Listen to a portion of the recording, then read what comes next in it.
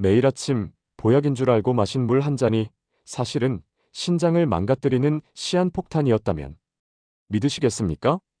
우리의 신장은 침묵의 장기로 불립니다. 기능이 70% 이상 망가지기 전까지는 우리에게 어떤 고통이나 신호도 보내지 않습니다.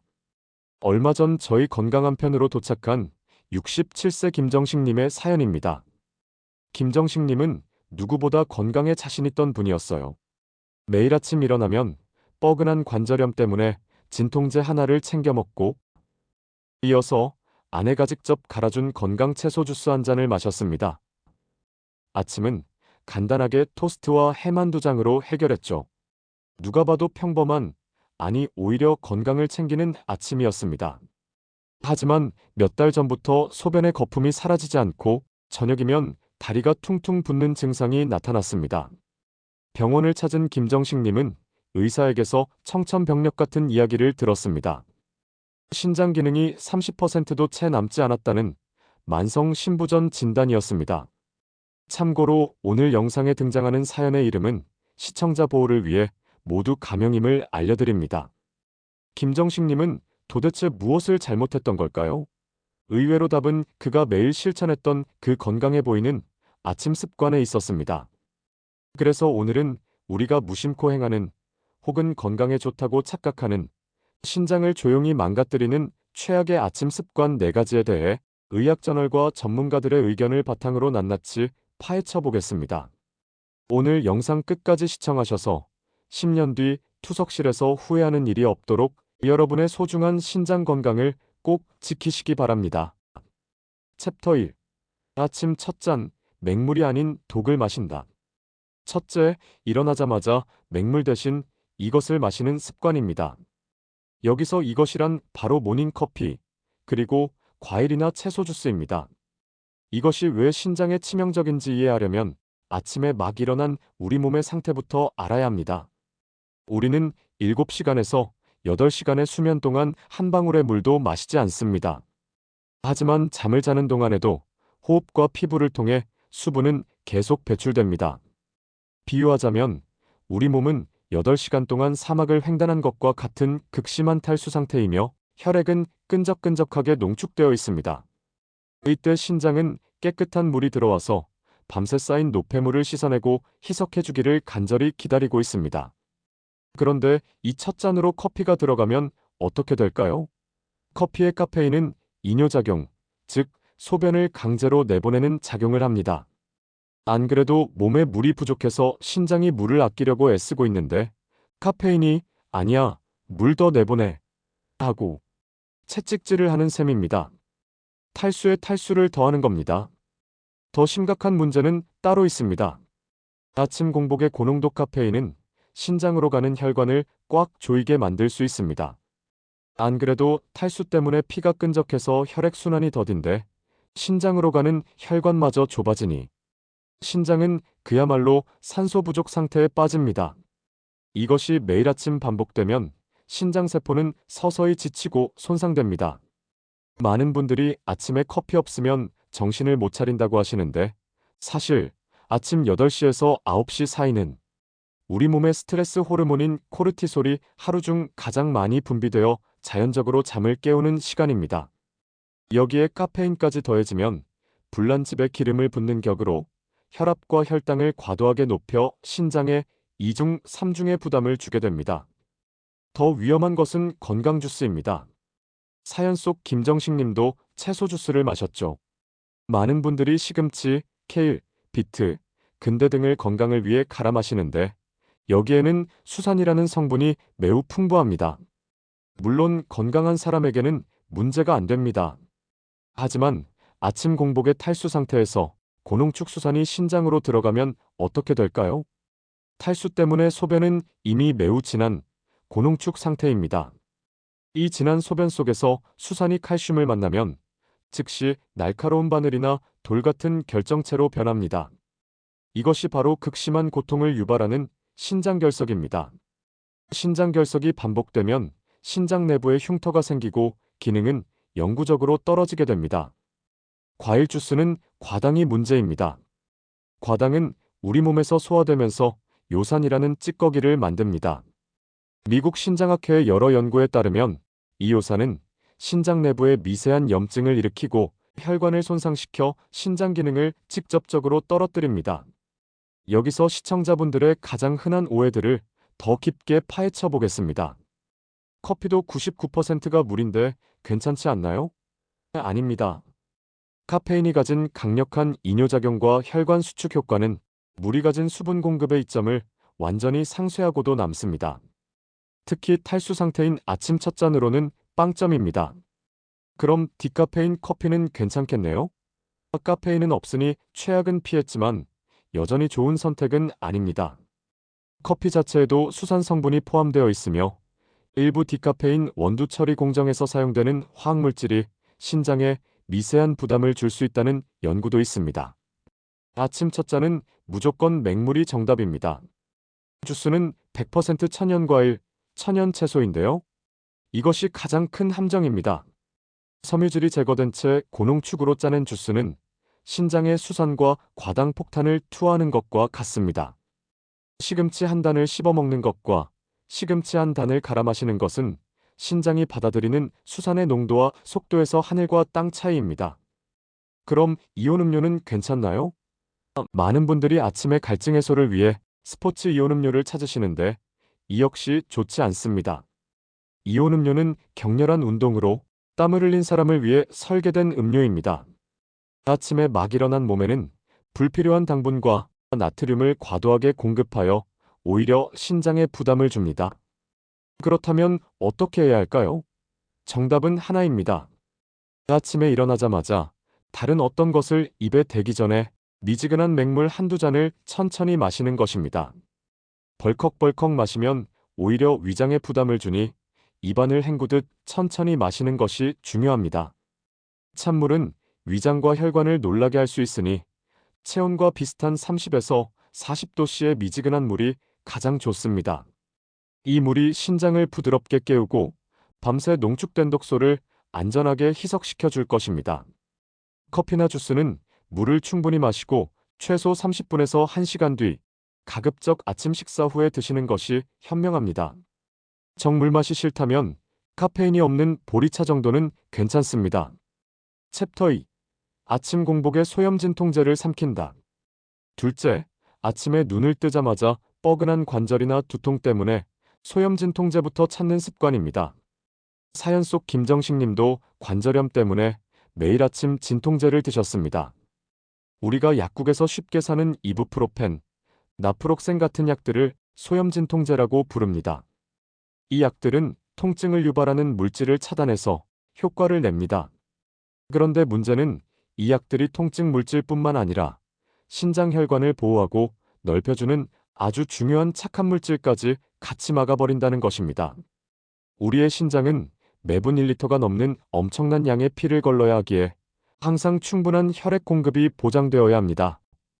이 착한 보호물질은 바로 신장으로 가는 혈관을 넓혀서 피가 잘 통하도록 지켜주는 안전장치인 셈이죠. 자, 이제 최악의 시나리오를 그려보겠습니다. 아침 공복은 1차적으로 탈수 상태라고 말씀드렸죠. 이미 신장으로 가는 피가 부족한 상태입니다. 그런데 이 상태에서 소염 진통제가 몸에 들어오면 어떻게 될까요? 신장 혈관을 넓혀주던 안전장치인 보호물질이 차단됩니다. 신장으로 가는 혈관이 그대로 수축해버립니다. 안 그래도 탈수 때문에 피가 부족한데 신장으로 가는 파이프라인마저 좁아지는 최악의 상황이 발생하는 겁니다.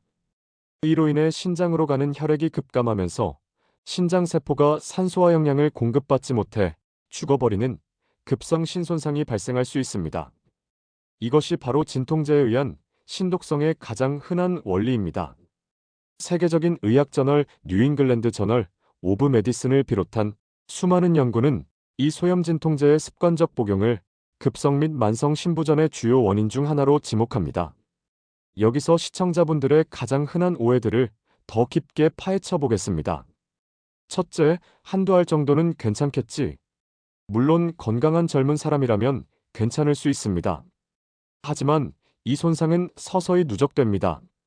비유하자면 신장이라는 바위에 작은 망치질을 한 번 하는 것과 같습니다.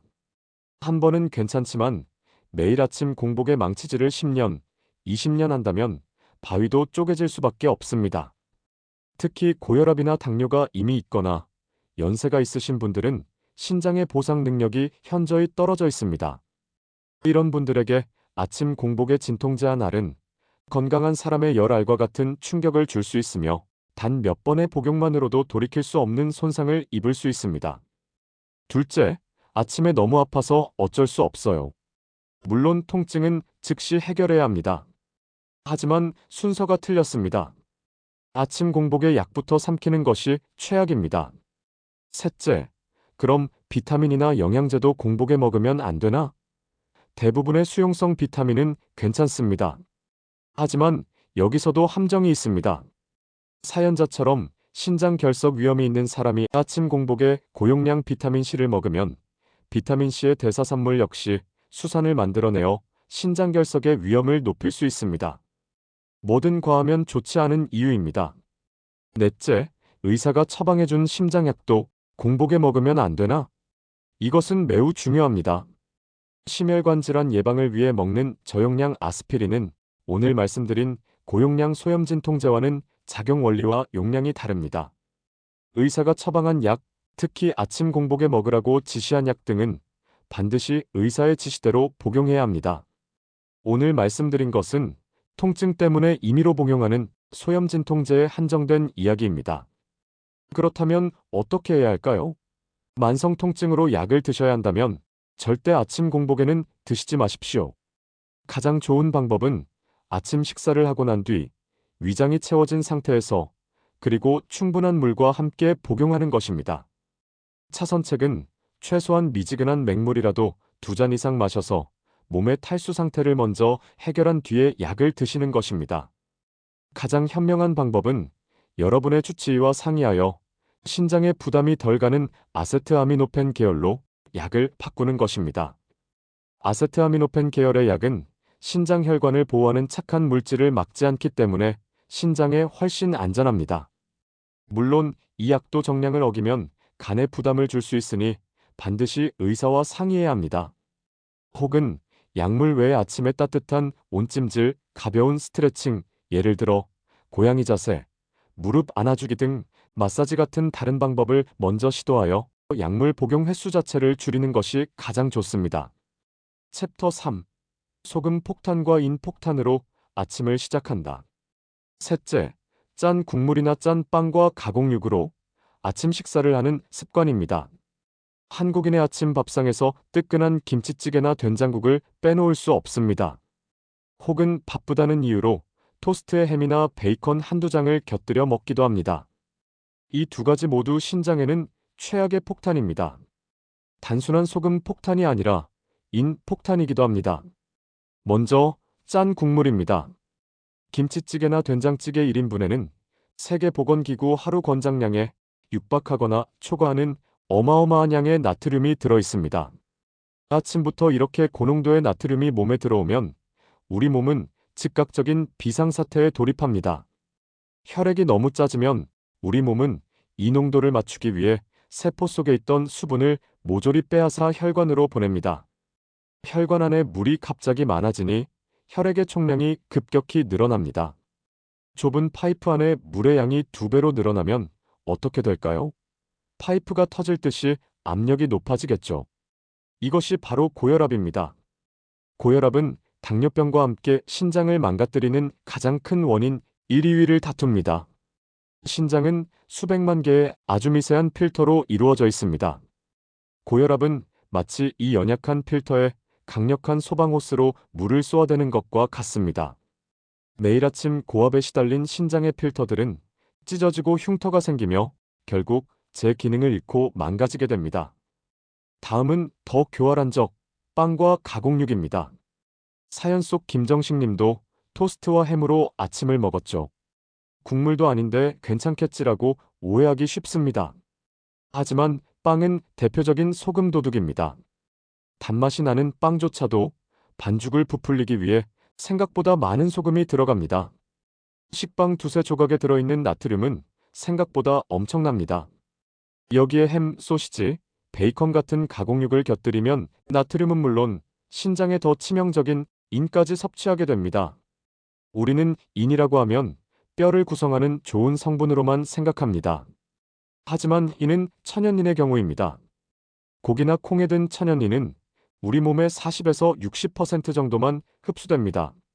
문제는 햄이나 소시지의 식감과 보존성을 높이기 위해 식품 첨가물로 넣는 인산염입니다. 이 가공된 인은 우리 몸의 90%에서 100%까지 흡수됩니다. 신장은 이 인을 배설하는 유일한 장기입니다. 아침부터 흡수율 100%짜리인 폭탄이 들어오면 신장은 과부하에 걸립니다. 미처 다 걸러내지 못하고 혈액의 인 수치가 높아지면 우리 몸은 균형을 맞추기 위해 뼈에서 칼슘을 빼앗아 옵니다. 결국 혈액 속에는 칼슘과 인이 넘쳐나게 되고 이 두 성분이 만나 혈관벽에 들러붙어 시멘트 반죽처럼 혈관을 딱딱하게 굳게 만듭니다. 이는 심장혈관뿐만 아니라 신장의 미세혈관에도 똑같이 일어나며 신장 기능을 영구적으로 망가뜨립니다. 인산염은 햄, 소시지뿐만 아니라 콜라, 치즈, 어묵 등 거의 모든 가공식품에 들어 있습니다. 아침에 햄과 치즈를 넣은 토스트를 먹는 것은 신장에 소금 폭탄과 시멘트 반죽을 동시에 붓는 것과 같습니다. 여기서 또 다른 오해가 있습니다. 국물 없으면 밥이 안 넘어가는데 어떡하죠? 저염소금, 건강소금 쓰면 괜찮지 않나요? 첫째, 국물이 꼭 필요하다면 밥을 말아먹는 최악의 습관부터 버리셔야 합니다. 건더기 위주로 드시고 국물은 반드시 절반 이상 남기십시오. 둘째, 저염소금의 함정입니다. 많은 저염소금은 짠맛을 내는 나트륨 대신 칼륨을 넣습니다. 건강한 사람에게 칼륨은 좋지만 신장 기능이 이미 약해진 분들은 이 칼륨을 배출하지 못합니다. 몸에 칼륨이 쌓이면 이는 근육마비나 치명적인 심장마비를 일으킬 수 있습니다. 소금의 종류도 중요하지만 더 중요한 건 양입니다. 그렇다면 어떻게 해야 할까요? 국물은 멸치, 다시마 육수 대신 표고버섯, 양파, 무 같은 채소 육수를 사용하여 감칠맛을 내고 소금 간은 먹기 직전에 최소한으로 하십시오. 아침은 빵과 햄 대신 소금이 들어가지 않은 오트밀, 소금 간을 하지 않은 삶은 계란 또는 신선한 채소와 같은 자연식품으로 바꾸는 것이 신장을 지키는 가장 확실한 길입니다. 챕터 4. 아침 식사를 단백질로만 채운다. 마지막 넷째, 건강을 위한다는 명목으로 아침 식사를 과도한 단백질로만 채우는 습관입니다. 최근 저탄고지나 근육 건강을 위해 아침부터 닭가슴살 쉐이크, 단백질 파우더, 삶은 달걀을 과도하게 드시는 분들이 많습니다. 물론 단백질은 우리 몸에 필수적입니다. 하지만 무엇이든 과하면 독이 됩니다. 단백질이 우리 몸에서 소화되고 나면 노폐물 쓰레기가 생성됩니다. 이 쓰레기는 오직 신장을 통해서만 소변으로 배출될 수 있습니다. 즉, 단백질을 많이 먹을수록 신장이 처리해야 할 쓰레기가 많아지는 셈입니다. 비유를 들어보겠습니다. 여러분의 신장이 하루 100리터의 쓰레기를 처리할 수 있는 소규모 쓰레기 처리장이라고 상상해 보십시오. 평범한 식사는 하루 80에서 90리터의 쓰레기를 만들어냅니다. 처리장은 여유 있게 일을 합니다. 하지만 아침부터 단백질 파우더, 닭가슴살, 달걀을 한꺼번에 먹는 고단백 식단은 아침 한 끼에만 150리터의 쓰레기를 만들어냅니다. 신장이라는 처리장은 이 쓰레기를 처리하기 위해 평소보다 더 높은 압력으로 더 빠르게 기계를 돌려야 합니다. 신장이 과로하는 상태가 되는 것입니다. 건강한 신장은 단기적인 과로를 감당할 수 있습니다. 하지만 매일 아침마다 신장을 과로시키는 습관이 10년, 20년 누적되면 어떻게 될까요? 마치 자동차 엔진을 매일 한계치까지 돌리는 것과 같습니다.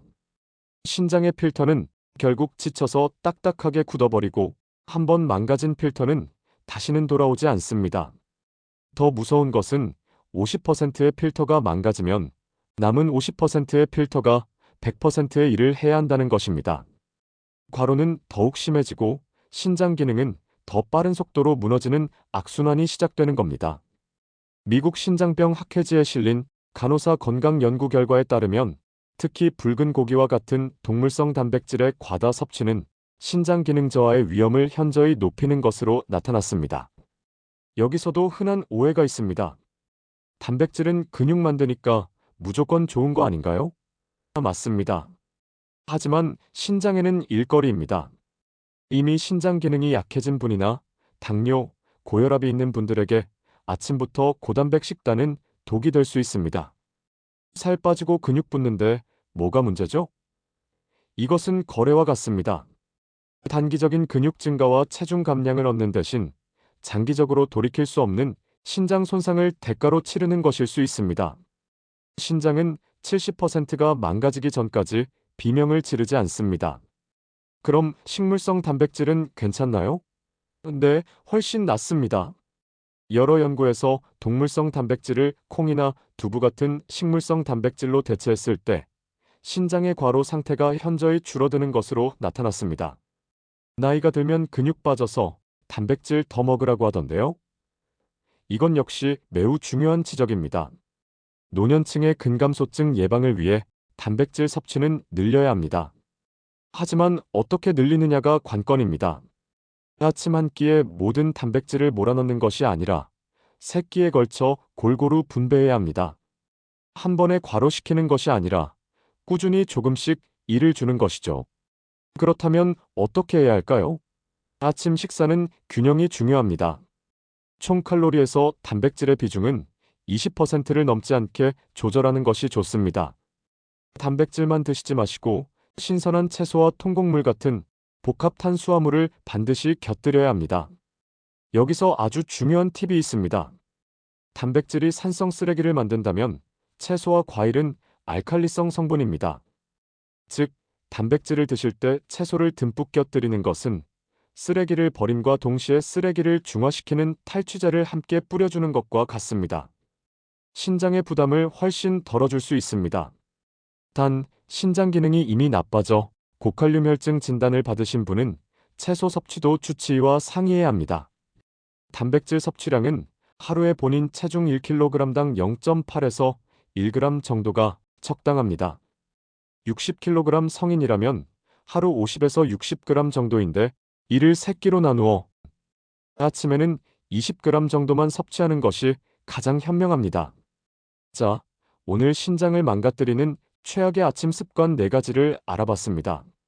첫째, 아침 첫 잔으로 맹물 대신 커피나 주스를 마시는 습관. 둘째, 아침 공복에 소염진통제를 복용하는 습관. 셋째, 짠 국물이나 빵, 가공육으로 아침을 먹는 습관. 넷째, 신장의 과로를 유발하는 과도한 단백질 식단. 사연 속 김정식님은 이 4가지 중 무려 3가지를 매일 아침 반복하고 있었습니다. 건강을 위한 행동이 오히려 신장을 망가뜨리고 있었던 거죠. 신장은 한 번 망가지면 다시는 되돌릴 수 없는 장기입니다. 거품료, 부종 같은 증상이 나타났을 때는 이미 너무 늦은 경우가 많습니다. 오늘 말씀드릴 내용은 각종 의학 저널과 전문가의 의견을 바탕으로 한 신뢰할 수 있는 건강 정보입니다.